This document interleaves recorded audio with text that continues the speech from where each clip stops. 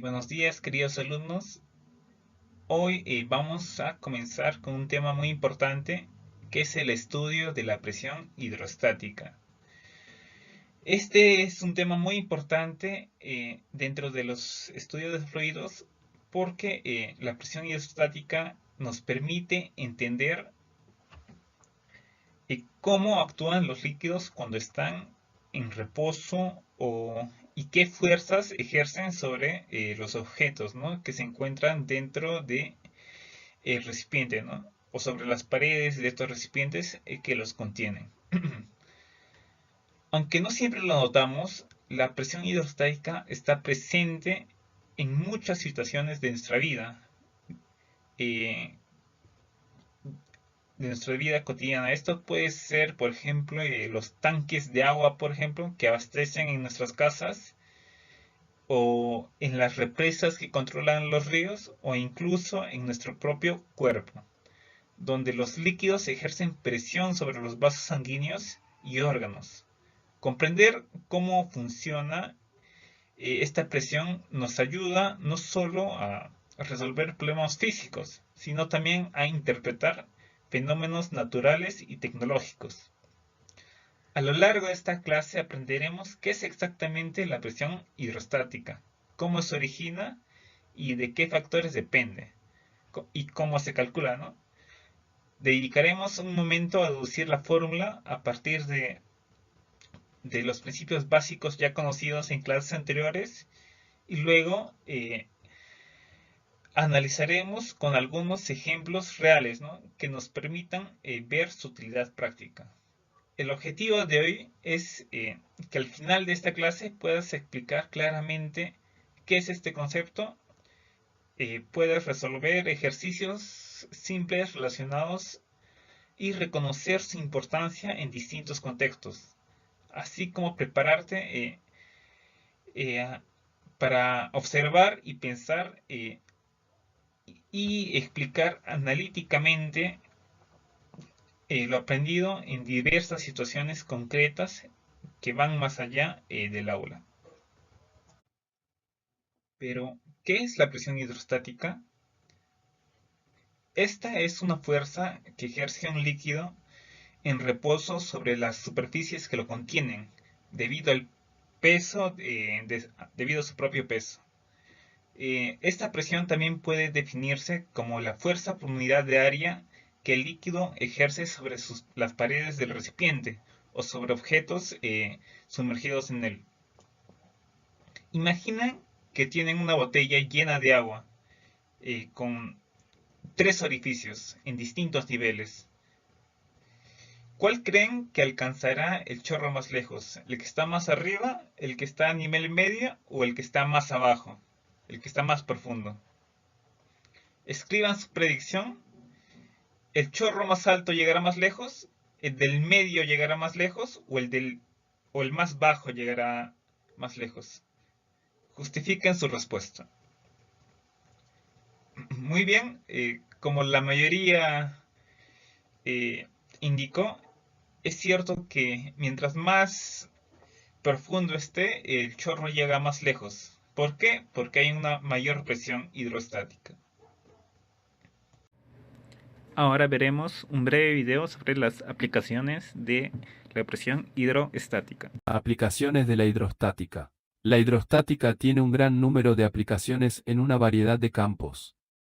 Algunos ejemplos incluyen: 1. Ingeniería civil. La hidrostática se utiliza en la construcción de presas, canales, puentes y otras estructuras que están en contacto con fluidos. 2. Arquitectura naval. La hidrostática se utiliza en el diseño de barcos y submarinos, para calcular las fuerzas y las presiones a las que están sometidos estos objetos cuando están sumergidos en el agua. 3. Mecánica. La hidrostática se utiliza en la construcción de maquinaria hidráulica, como sistemas de frenos, transmisiones, ascensores y grúas, entre otros. 4. Agricultura.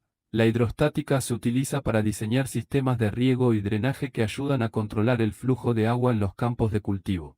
5. Medicina. La hidrostática se utiliza en el diseño de equipos médicos como tomografías por resonancia magnética, MRI, y ecografías, que utilizan los principios de la hidrostática para generar imágenes detalladas del cuerpo humano. 6. Industria. Se utiliza en la fabricación de productos como papel, textiles, alimentos, entre otros, para el control y el transporte de los fluidos. 7. Geología. Se utiliza para estudiar los movimientos de los fluidos subterráneos, como el agua y los hidrocarburos, y para analizar el comportamiento de las rocas y los suelos saturados de agua. 8. Ambiental. Se utiliza para estudiar el comportamiento de los ríos, lagos y océanos, y para analizar el impacto de las actividades humanas en estos ecosistemas acuáticos. En conclusión, la hidrostática es una rama de la física que estudia el comportamiento de los fluidos en reposo. Hemos visto algunos de los conceptos fundamentales de la hidrostática, como el principio de Pascal y el empuje hidrostático, así como algunas de las aplicaciones de la hidrostática en campos como la ingeniería civil, la arquitectura naval, la mecánica y la medicina, entre otros. Espero que este vídeo haya ayudado a entender mejor cómo los fluidos en reposo interactúan con los objetos sumergidos en ellos y cómo estos principios son importantes en nuestra vida cotidiana. No olvides suscribirte y darle like. Saludos a todos.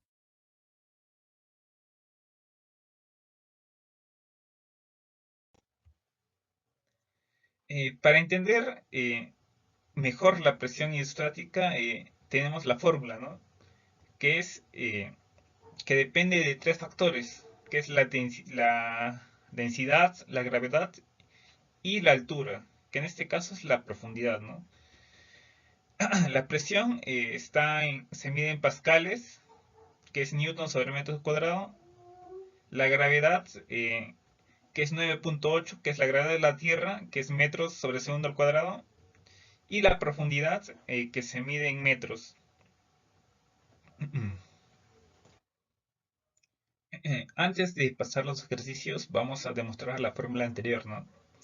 Vamos a tomar una columna de líquido cuya base va a ser A y su altura va a ser H, ¿no? El volumen va a ser el área por la altura. No importa si el objeto, el recipiente es un cilindro, un cubo. La fórmula va a ser lo mismo, ¿no? Volumen es igual a área por altura. La masa de esta columna de líquido es masa es igual a densidad por volumen, ¿no? Sabemos que la densidad es volumen sobre masa sobre volumen y simplemente despejamos la masa y nos queda esto, ¿no? Y a su vez sabemos que el volumen es área por altura. Entonces nos queda que la masa es igual a densidad de líquido por área por altura. Sabemos que el peso es igual a la masa por la gravedad, ¿no? En este caso, como reemplazamos la fórmula de la masa y nos queda que el peso es igual a densidad de líquido por el área, por la altura y por la gravedad. Vamos a definir la presión, ¿no? En clases anteriores definimos que la presión es la fuerza sobre el área, ¿no? Es una fuerza dividida entre la superficie en la que actúa. En este caso, sustituimos el peso, que va a ser la fuerza ejercida hacia abajo. Entonces nos queda que la presión es igual a la densidad por el área, por la altura, por la gravedad entre el área, ¿no? Como podemos ver, se puede simplificar el área con el área y nos queda que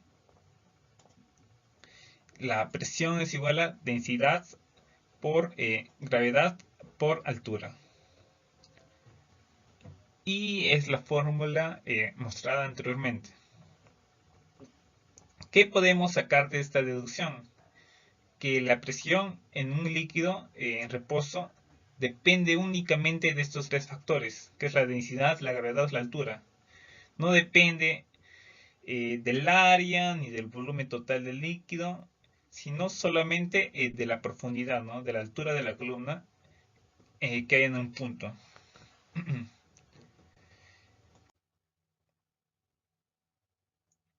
Bien, vamos a proseguir con el ejemplo práctico. el enunciado dice, ¿cuál es la presión en el fondo de un vaso de agua si la profundidad es de 10 centímetros? Los datos ya conocidos es que la densidad del agua es igual a 1000 kilogramos por metro cúbico y la gravedad G es igual a 9.8 metros por segundo cuadrado. La profundidad H es igual a 10 centímetros, ¿no? En este caso vamos a convertirlo al sistema internacional, ¿no? Un centímetro equivale a 10 a la 2 metros, entonces 10 centímetros es igual a 0.10 metros. Aplicamos la fórmula que deducimos anteriormente. La presión es igual a densidad, gravedad por altura.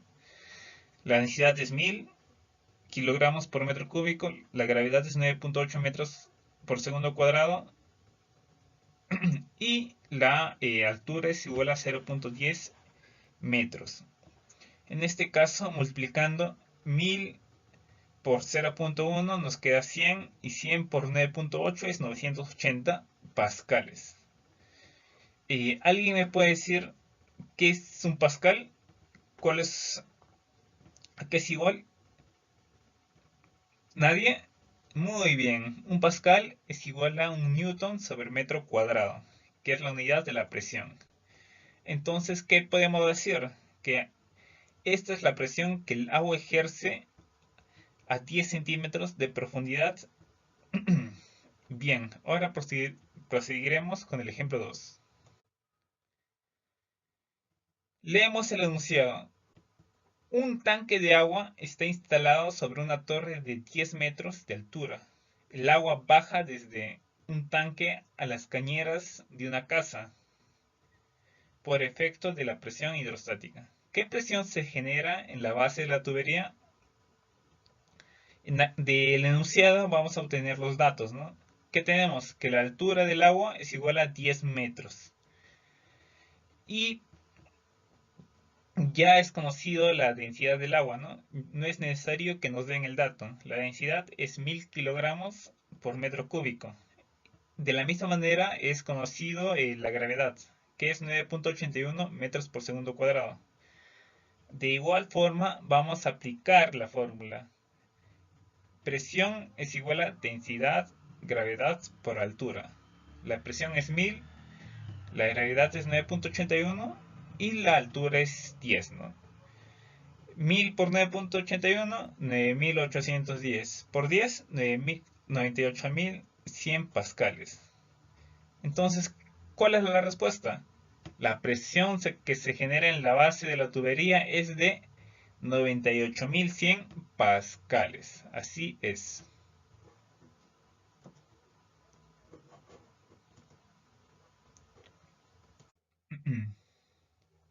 Bien, vamos a proceder con el experimento, ¿no? En este caso, los materiales que vamos a usar es una botella de plástica vacía, agua, evidentemente, una regla y un marcador y un punzón para ya hacer los huecos, ¿no? El procedimiento es hacer 5 orificios verticalmente en la botella, ¿no? El primer orificio va a estar a 5 centímetros de profundidad. El siguiente a 7.5 centímetros de profundidad. El siguiente a 10 centímetros. Luego a 12.5 centímetros. Y por último a 15 centímetros. Como vemos, varía de orificio a orificio cada 2.5 centímetros. Lo que haremos es llenar la botella completamente con agua, ¿no? Que está al ras. Y vamos a observar cómo sale el agua por cada orificio a distinta profundidad. Y vamos a medir, ¿no? Con una regla qué distancia alcanza cada chorro. Y acá podemos visualizar con el experimento. Vemos que efectivamente mientras menor es la profundidad, el chorro va más corto, ¿no? Y mientras mayor es la profundidad, el chorro va más lejos.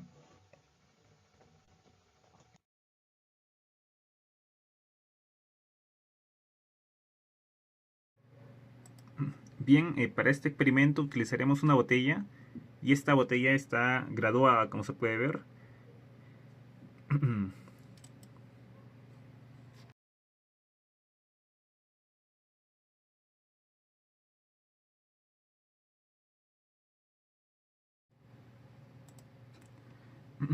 Aquí vemos la botella con sus respectivas graduaciones de desde 5 a 15 de profundidad. También vemos la regla con la que mediremos y procederemos a llenar la botella, ¿no? Esto lo haremos directo al caño y aparte tenemos el recipiente para no desperdiciar mucho el agua y también nos ayudará a llenar, ¿no?, la botella.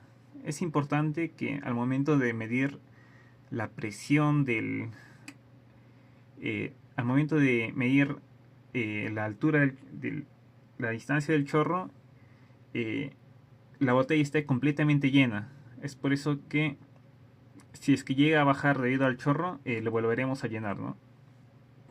En este caso ya se llenó la botella y procederemos con las mediciones.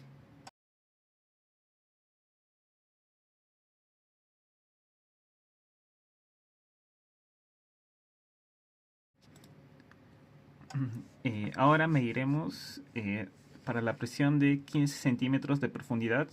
Para ello destaparemos, ¿no?, donde está el agujero a esa profundidad. Ahorita está con cinta adhesiva y estamos destapando, ¿no?, se podría decir. Estamos abriendo el agujero. Como podemos ver, ya está empezando a salir el chorro a una velocidad. Ahora lo alinearemos y mediremos con la regla, ¿no? Primero vamos a asegurarnos que esté completamente al ras, ¿no?, el agua, para que no varíe, ¿no?, para que la presión sea certera, ¿no? Si está menos, entonces la presión obviamente va a ser menos, por eso tiene que estar al ras. Procedemos a poner la regla y nos sale una medición de 18 centímetros.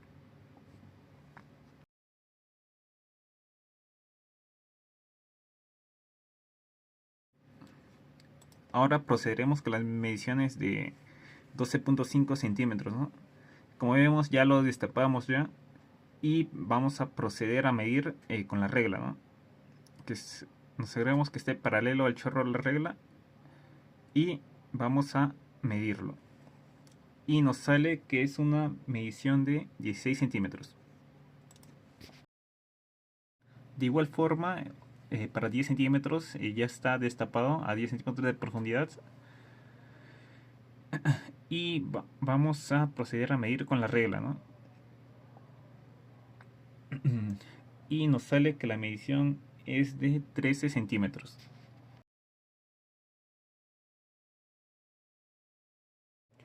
De la misma manera, para 7.5 centímetros, procedemos a medir con la regla y nos da una medición de 9 centímetros.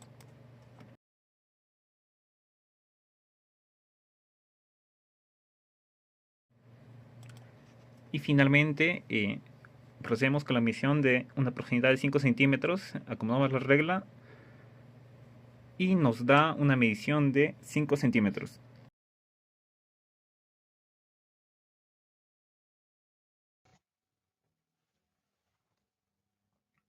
Ya con los datos del experimento procedemos al análisis de resultados y los datos obtenidos los plasmamos en una tabla, ¿no?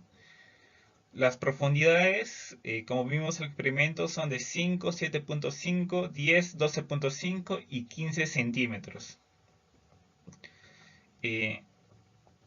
Estos lo procedemos a convertir a metros al sistema internacional y calculamos la presión, ¿no? De igual forma, se hace con la fórmula densidad, gravedad por altura, ¿no? En este caso, como la densidad es 1000, la altura es 0.05, y la gravedad es 9.81, multiplicando nos da que es 490 pascales. Se hace lo propio para cada profundidad y tenemos todos estos resultados. Y también tenemos la distancia del chorro en centímetros, que también son los datos obtenidos, ¿no? Eh, como podemos ver que estos datos muestran una relación directa, ¿no? A mayor profundidad, mayor presión. Y por lo tanto, mayor distancia que alcanza el chorro de agua, ¿no? Y como pueden ver en la gráfica, visualmente se puede observar que a mayor presión, el chorro alcanza una mayor distancia. ¿Dirían ustedes que la relación entre la presión y la distancia es directa, es proporcional? ¿Por qué? Además, se puede observar que la gráfica es una curva que va creciendo, ¿no? Pero cada vez va creciendo menos. Esto corresponde a una función raíz. Y vamos a comprobar con las fórmulas que efectivamente debe ser una función raíz.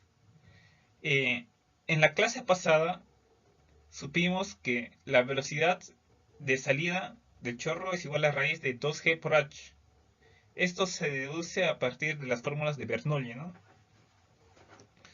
Y también sabemos por esta clase que la presión hidrostática es igual a, eh, profundidad por densidad por gravedad. De esa fórmula eh, despejamos la profundidad, que nos va a dar que es igual a presión sobre densidad por gravedad. y esta profundidad lo sustituimos en la fórmula de Torricelli, ¿no? Entonces, velocidad es igual a raíz de 2g por presión sobre densidad sobre gravedad, ¿no? Podemos ver que la gravedad con la gravedad se pueden ir, ¿no? Se pueden simplificar y nos queda que la velocidad es igual a raíz de 2 presión sobre densidad.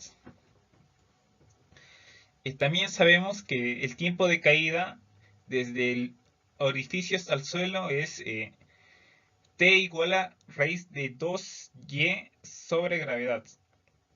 que esta y es la altura del orificio respecto al suelo, ¿no? Estas fórmulas lo sabemos por movimiento parabólico, ¿no? Y de igual forma, por movimiento parabólico, sabemos que x, que es la distancia que llega el chorro, es igual a velocidad por tiempo. Como sabemos que la velocidad es igual a raíz de 2p sobre densidad, y el tiempo, que lo acabamos de hallar, que es raíz de 2y sobre gravedad, prácticamente ya tenemos la fórmula, que es x igual a raíz de 4 la presión por la altura del orificio entre densidad por gravedad, ¿no? En esta forma podemos llamar una constante K. K es igual a raíz de 4y sobre densidad por gravedad. Y reemplazando en la fórmula nos queda que el x es igual a una constante K por la raíz de P, ¿no? Y en esta forma se verifica, ¿no?, que efectivamente la función es una función raíz cuadrada, y que la gráfica sí corresponde, ¿no? Está correctamente. ¿Por qué la presión lo ponemos en el eje X? Porque nosotros estamos variando la presión y estamos calculando cuánto varía el X, ¿no?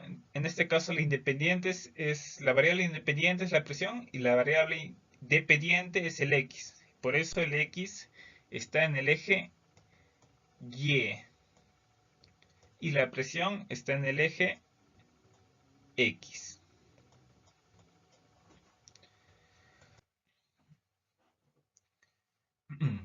Bien, pasamos con las conclusiones, ¿no? La presión hidrostática se relaciona directamente con la profundidad y a su vez con la densidad y la gravedad, ¿no? pero no con el volumen ni con el área. También en el experimento se permitió comprobar que la presión hidrostática en un líquido aumenta con la profundidad y que esta presión influye directamente en la velocidad y el alcance del chorro de agua, ¿no? que sale del orificio. Se observó que mientras más profundo está el orificio, mayor es la presión y por lo tanto más lejos llega el chorro de agua, ¿no? También se dedució la relación matemática x igual a k raíz de p, donde x es el alcance y p es la presión, ¿no? Y la gráfica es una gráfica de la función raíz, ¿no? Que concuerda con la teoría.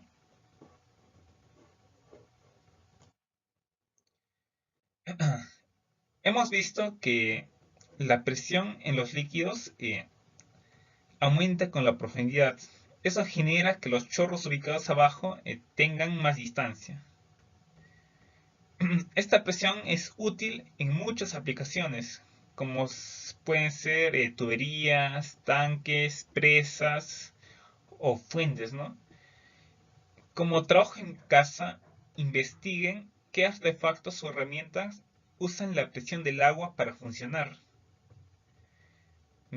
Estos pueden ser electrodomésticos, mecanismos industriales o naturales, ¿no? Además, ¿se han puesto a pensar qué pasaría si el líquido fuera más denso? Por ejemplo, el aceite o la salmuera. ¿Se comportaría igual los chorros de la botella? ¿O cómo cambiaría si la presión, si los agujeros estuvieran de otra forma? Gracias.